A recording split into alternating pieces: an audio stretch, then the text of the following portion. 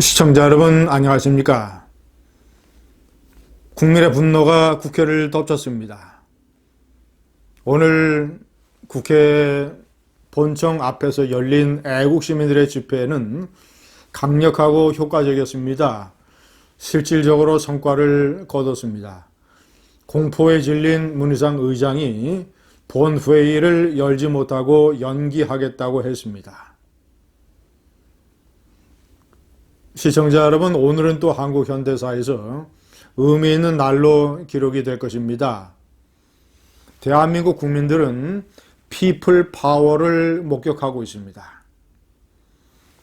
오늘 비록 규모는 그렇게 역사적으로 큰 것은 아니었습니다만은 그래도 이제 본청 앞과 계단과 잔디밭을 상당히 메운 그 인파, 피플 파워가 국회를 멈추게 했습니다.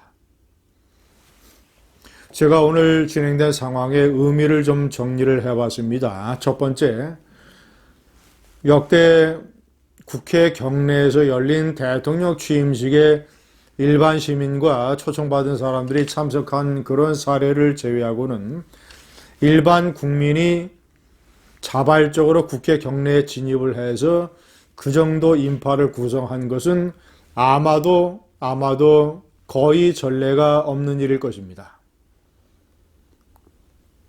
자, 두 번째, 그 장소의 의미가 대단합니다. 국회 본회의장, 문희상 의장이 무도한 방망이를 휘둘러댔던 그 본회의장의 바로 코앞입니다.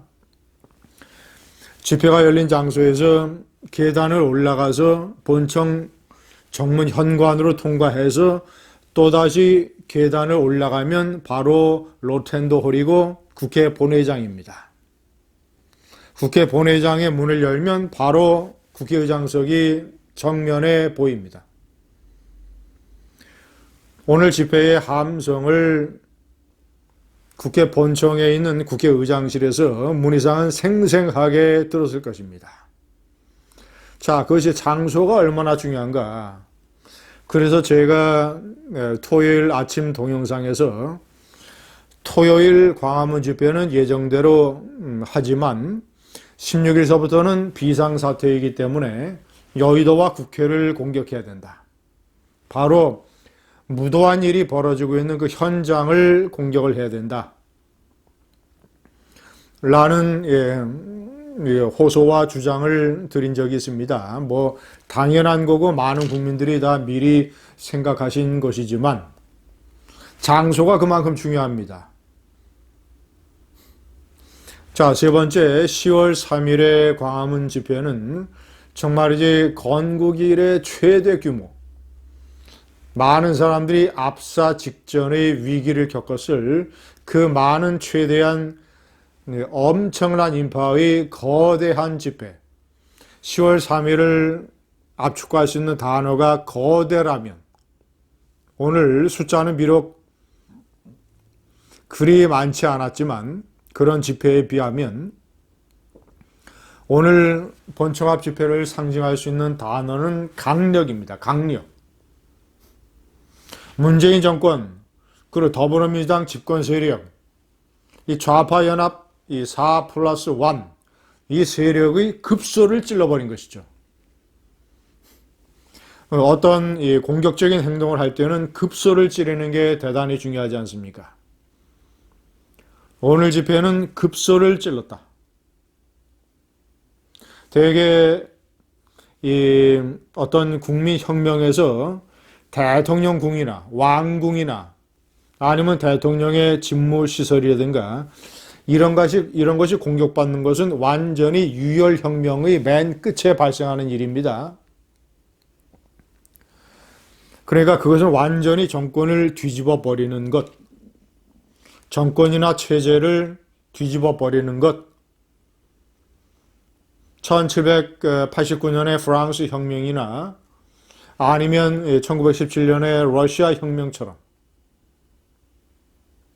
아니면 필리핀의 피플 파워 혁명처럼 만약에 그런 어떤 이 정권이나 체제를 완전히 뒤집어 버리는 혁명을 제외하고 그 밑에까지 가는 대규모의 피플 파워, 시민들의 압박, 이런 것의 클라이맥스는 국회의사당 점령입니다. 의사당 점령입니다. 이 성격은 좀 다릅니다만은 이 러시아에서 이 옐친 대통령의 러시아 개혁에 반대하는 탈공산주의 개혁에 반대하는 수구 러시아 공산당 집단 세력, 보수 세력이 군대를 동원을 해서 국회의사당을 점령을 해서 러시아 의사당을 점령을 해서 저항을 했던 것. 사례는 다릅니다만은 의사당이라는 건물이 상징하고 있는 어떤 역사 정책인 의미가 그렇다는 것. 자, 네 번째 의미는 황교안 대표가 얘기한 국민이 선거법을 막아달라. 국민이 2대 악법을 막아달라고 하는 제1야당 대표의 호소에 국민이 호응한 것이다. 매우 신속하게. 사실 황교안 대표와 한국당의 의원들은 로텐더 홀에서 농성을 벌이고 있지 않습니까? 그러나 그것이 가져올 수 있는 어떤 현실적인 물리적인 제어력은 상당히 한계가 있는 것이죠. 그리고 농성은 여러 차례 진행이 됐던 어떤 일반적인 형태의 투쟁이고, 때문에 황교안 대표가 국민들이 막아달라고 호소했는지 모릅니다. 국민들은 신속하게 호응을 했고 실제로 적어도 오늘은 막아냈습니다. 자, 다섯 번째, 특히 이 문희상 국회의장, 이 패스트 트랙 사태의 중심에 서 있는 책임자 문희상. 사실 패스트 트랙이 지난 4월에 가능하게 된 것도 문희상이 국회법을 어겨가면서 2명의 바른미래당 의원을 강제로 투기위원회에서 교체한 것. 강제 사보임. 이것이 사실 이 모든 사태의 발단입니다. 자, 그리고 예산안 날치기 처리. 자, 그리고 오늘 본회의를 강행하게 했다는 것. 이 4+1이라고 하는 이 좌파 연합, 이 무도한, 다른 법도 아니고 이 선거법, 선거제도, 여야 간의 정치적인 룰을 그런 식의 야합, 일종의 조폭 양아치 스타일의 연합으로 마구 유린해서 좌파 연합을 가지고 가려고 하는 시도를 방관 내지는 조력 협력하고 있는 문희상. 더군다나 오늘 아들이 무슨 청년회의소, 이 JC 회장을 지냈고 나름대로 정치 수업을 닦았고 경선에서 실력이 없으면 경선에서 떨어질 것이다, 이런 식으로 변명을 해야 되지만, 이미 문희상의 아들은 문희상의 지역구 당협의 지역위원회의 상임 부위원장입니다. 아니, 이미 그런 기득권을 가지고 있고 신인이기 때문에 가산점을 받을 것이며 아버지의 후광이 있는데, 이미 경선으로 따지고 보면 100m 경주면 이미 한 30m 앞에서 출발을 하는데 그것이 공정한 경선입니까? 그러면서 세습에 대한 비판에 문희상이 그런 식으로 손바닥으로 얼굴을 가리고 야옹하고 있습니다. 문희상이 오늘 상당한 공포를 느꼈을 것입니다. 왜냐? 자신이 지은 죄가 있기 때문에. 자신의 처지가 너무나 궁색하기 때문에.